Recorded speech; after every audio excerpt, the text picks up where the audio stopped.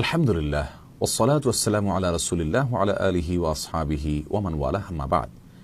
সুপ্রিয় দর্শক শ্রোতা ভাই বোন, আমাদের প্রত্যেকের জীবনে কোনো না কোনো পর্যায়ে এসে আল্লাহ সুবহানাহু ওয়া তাআলার একান্ত অনুগ্রহ এবং মেহেরবানিতে বিজয়ের স্বাদ আস্বাদন করবার সুযোগ তৈরি হয়। আমাদের ব্যক্তিগত জীবনে অথবা পারিবারিক জীবনে কিংবা সামাজিক কিংবা রাষ্ট্রীয় জীবনে অনেক সময় আল্লাহ সুবহানাহু ওয়া তাআলার অনুগ্রহে আমরা বিজয় লাভ করে থাকি। আমাদের জীবনে যদি কখনো বিজয় আসে, বিজয়ের হাসি হাসবার সুযোগ তৈরি হয়, বিজয়ের আনন্দ উদযাপন করার সুযোগ তৈরি হয়, তাহলে আমাদের বিজয়কে আমরা কিভাবে উদযাপন করব? কোনো বিজয় লাভ করলে আমরা কি করব? সে বিষয়ে কোরআনে কারিমে আল্লাহ তাআলা অত্যন্ত পরিষ্কার ভাষায় আমাদেরকে কিছু দিক এবং নির্দেশনা দিয়েছেন। কোরআনে কারিমের ২৬ নম্বর পারার একটি সূরায় রয়েছে, যে সূরার নাম হলো সূরাতুল ফাতহ। আল্লাহ সুবহানাহু ওয়া তাআলা এই সূরার ভেতরে নবী আলাইহিস সালামের মক্কা বিজয়ের প্রেক্ষাপট, হুদায়বিয়ার সন্ধি বিষয়ে আলোকপাত করেছেন। এই জন্য সূরার নামই হলো সূরাতুল ফাতহ, যার অর্থ হলো বিজয়, অর্থাৎ বিজয়ের সূরা বলে আল্লাহ সুবহানাহু ওয়া তাআলা একটি সূরা নাজিল করেছেন। আর কোরআনে কারিমের একেবারে শেষের দিকে এসে ৩০ নম্বর পারার শেষে একটি সূরা রয়েছে যেটাকে সূরা নাসর বলা হয়, অর্থাৎ নাসর শব্দের অর্থ হলো সাহায্য। ইযা জাআ নাসরুল্লাহ, যে সূরাটিকে আমরা এই আয়াতের মাধ্যমে চিনি, এই সূরার নামকরণ করা হয়েছে আল্লাহর সাহায্যের সূরা বলে। এই সূরায় সুস্পষ্ট করে নির্দিষ্ট করে আল্লাহ সুবহানাহু ওয়া তাআলা আমাদের জীবনে যখন বিজয় আসবে তখন আমরা কি করব সে বিষয়ে আলোকপাত করেছেন। একজন মুমিনের জীবনে যখন বিজয় আসবে, সেটি যত ক্ষুদ্র হোক অথবা যত বৃহৎ হোক, সেটা ব্যক্তিগত জীবনের কোনো বিজয় হোক অথবা রাষ্ট্রীয় কোনো জীবনে তার কোনো বিজয় হোক, সকল বিজয় একজন মুমিনের জন্য ৪টি করণীয় আল্লাহ সুবহানাহু ওয়া তাআলা এখানে নির্ধারণ করে দিয়েছেন। আল্লাহ সুবহানাহু ওয়া তাআলা ইরশাদ করেছেন, আউযু বিল্লাহি মিনাশ শাইতানির রাজীম, বিসমিল্লাহির রহমানির রহিম, ইযা জাআ নাসরুল্লাহি ওয়াল ফাতহ, যখন আল্লাহর সাহায্য এবং বিজয় আসবে। ওয়ারাআইতান নাসা ইয়াদখুলুনা ফি দীনিল্লাহি আফওয়াজা, আর আপনি দেখবেন যে মানুষরা দলে দলে ইসলামে দাখিল হচ্ছে, কারণ মুসলমানদের বিজয় যখন আসবে তখন অন্যরা মুসলমানদের দলে ভিড়বে, এটাই স্বাভাবিক। আল্লাহ সুবহানাহু ওয়া তাআলা ওই মুহূর্তে আমাদের করণীয় কি সে বিষয়ে বলছেন, ফাসাব্বিহ বিহামদি রাব্বিকা ওয়াস্তাগফির, এমত অবস্থায় আপনি আপনার রবের তাসবিহ বা পবিত্রতা বর্ণনা করুন এবং আপনার রবের প্রশংসা জ্ঞাপন করুন এবং তার কাছে ইস্তেগফার করুন, ক্ষমা প্রার্থনা করুন। ইন্নাহু কানা তাওয়াবা, কারণ নিশ্চয়ই তিনি যে তার কাছে ফিরে আসে, তওবা করে, তিনি তার তওবাকে কবুল করেন। প্রিয় দর্শক, এই সূরা সর্বসাকল্যে ৪টি করণীয় আমরা খুঁজে পেলাম। যদি আমাদের জীবনে কখনো বিজয় আসে, এই ৪টি কাজ আমাদেরকে করতে হবে, সেটি ব্যক্তিগত বিজয় হোক আর রাষ্ট্রের পর্যায়ে বিজয় হোক। প্রথম কাজ হলো আমাদের বিজয়টিকে আল্লাহর দিকে সম্বদ্ধ করতে হবে। নিশ্চয়ই আমাদের বিজয়ের পিছনে যদি কোনো মানুষের অবদান থাকে, তাদের প্রতি আমরা কৃতজ্ঞতা জানাবো, কারণ মাল্লাম ইয়াশকুরিন নাস লাম ইয়াশকুরিল্লাহ। নবী আলাইহিস সালাম বলেছেন, মানুষের যদি কেউ কৃতজ্ঞতা আদায় না করে, সে আল্লাহরও কৃতজ্ঞতা আদায় করলো না।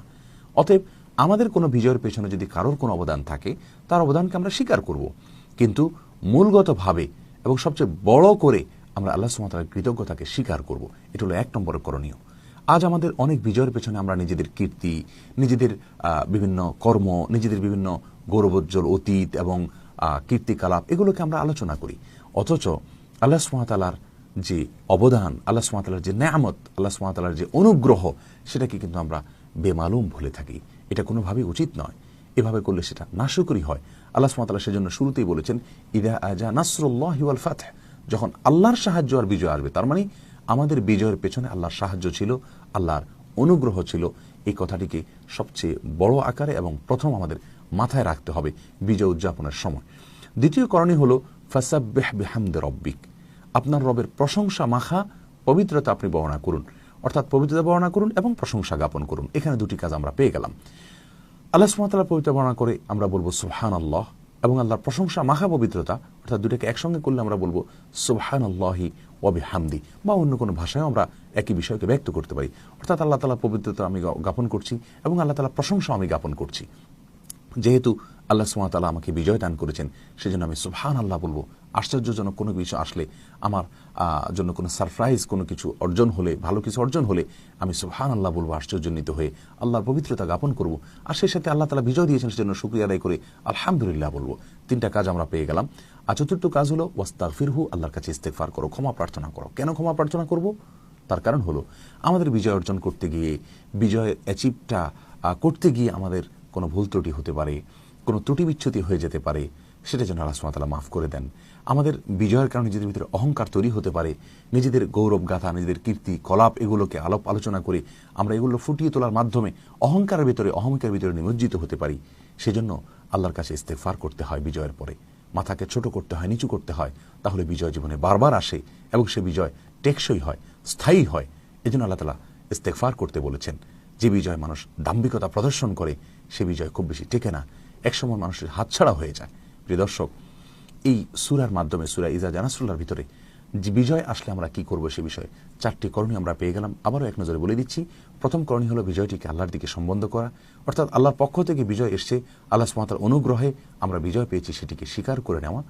আর সেজন্য দ্বিতীয় করণীয় হলো আল্লাহর প্রশংসা করা, আল্লাহর পবিত্রতা বর্ণনা করা এবং সুবহানাল্লাহ বলা, সেই সাথে আল্লাহর প্রশংসা করা 3 নম্বর করণীয়, অর্থাৎ সুবহানাল্লাহ ওয়া বিহামদিহি বলা। আর 4 নম্বর করণীয় হলো আস্তাগফিরুল্লাহ, বা যে কোনো ভাষায় আল্লাহর কাছে ইস্তেগফার করা, আল্লাহর কাছে আল্লাহর প্রতি নিজের বিজয়টাকে সম্বোধন করা, আল্লাহর পক্ষ থেকে বিজয় হয়েছে সেকে স্বীকার করা, আল্লাহর পবিত্র বর্ণনা করা, আল্লাহর প্রশংসা করা এবং আল্লাহর কাছে ইস্তেগফার করা। এই 4টি কাজ করবো আমরা প্রত্যেকটি বিজয়ের পরে, সেটি ছোট বিজয় হোক, বড় বিজয় হোক, ব্যক্তিগত বিজয় হোক, পারিবারিক বা সামাজিক কোনো বিজয় হোক, অথবা রাষ্ট্রীয় কোনো বিজয় হোক। এই সকল বিজয় যদি আমরা এই আমলগুলো করতে পারি, ইনশাআল্লাহ বিজয় টেকসই হবে, বিজয় স্থায়ী হবে, বারবার বিজয়ের স্বাদ আমরা আস্বাদন করতে পারবো। আল্লাহ তাআলা আমাদের সকলকে প্রত্যেকটি কাজকে কোরআন এবং সুন্নাহ মোতাবেক করার তৌফিক দান করুন এবং মন গড়া কুসংস্কার এবং যত প্রকার মানুষের বানানো পথ এবং পদ্ধতি আছে সে সকল পদ্ধতিতে আমরা আমাদের বিজয় এবং আমাদের সবকিছুকে উদযাপন বা পালন না করে আসুন কোরআন এবং সুন্নাহর পদ্ধতিতে আমরা পালন করি।